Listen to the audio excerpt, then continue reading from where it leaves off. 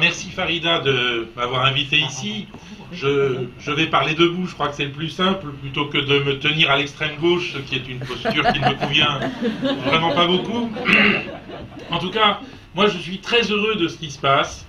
J'ai été très heureux de vous recevoir hier au Centre Saint-Paul pour une conférence qui était un véritable triomphe. Et pourquoi est-ce que ce triomphe existe? Pourquoi est-ce que les gens commencent à ressentir quelque chose au-delà des clivages et au-delà du grand clivage entre chrétiens et musulmans? Eh bien tout simplement parce qu'on touche à l'évidence. L'évidence de la sexuation. Je suis un garçon, je suis une fille. Si même cette identité-là, on nous la vole, si même cette identité-là, on veut la mettre en question, mais alors que nous reste-t-il? Rien. Finalement, nous chrétiens, nous avons un tout petit peu d'expérience par rapport à vous musulmans qui êtes nouveaux en France en quelque sorte, et je dirais que depuis un siècle au moins, les chrétiens ont été un peu les Timis de la République, si vous me passez cette expression. C'est-à-dire qu'ils ont été obligés d'en passer par toutes les volontés d'un régime qui foncièrement est nihiliste. Je lisais récemment Étienne Gilson, 1934. La République ne croit à rien.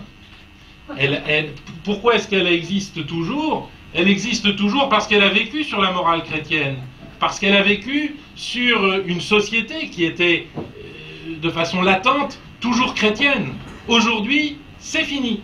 Et aujourd'hui, on va arriver au spectacle monstrueux de l'absurde. Et cette théorie du genre est tellement absurde que même ses propagateurs, même monsieur le ministre Payon, madame Belkacem, d'ailleurs en se contredisant entre eux, disent qu'ils n'en sont pas de cette théorie du genre.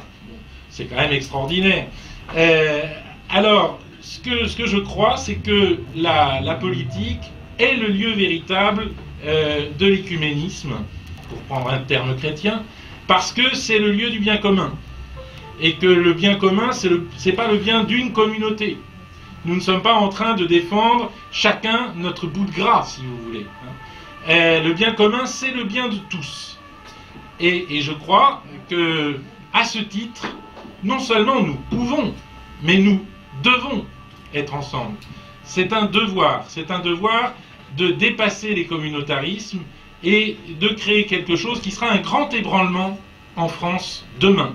La Manif pour tous a été une initiative catholique, et je vous avoue, on a attendu les musulmans, on nous en a parlé, certains sont venus, et c'était beau, mais il est certain que si à cette Manif pour tous, il y avait eu non seulement tous les catholiques, mais tous les musulmans, la République aurait tremblé sur ses bases, cette République nihiliste qui doit être détruite.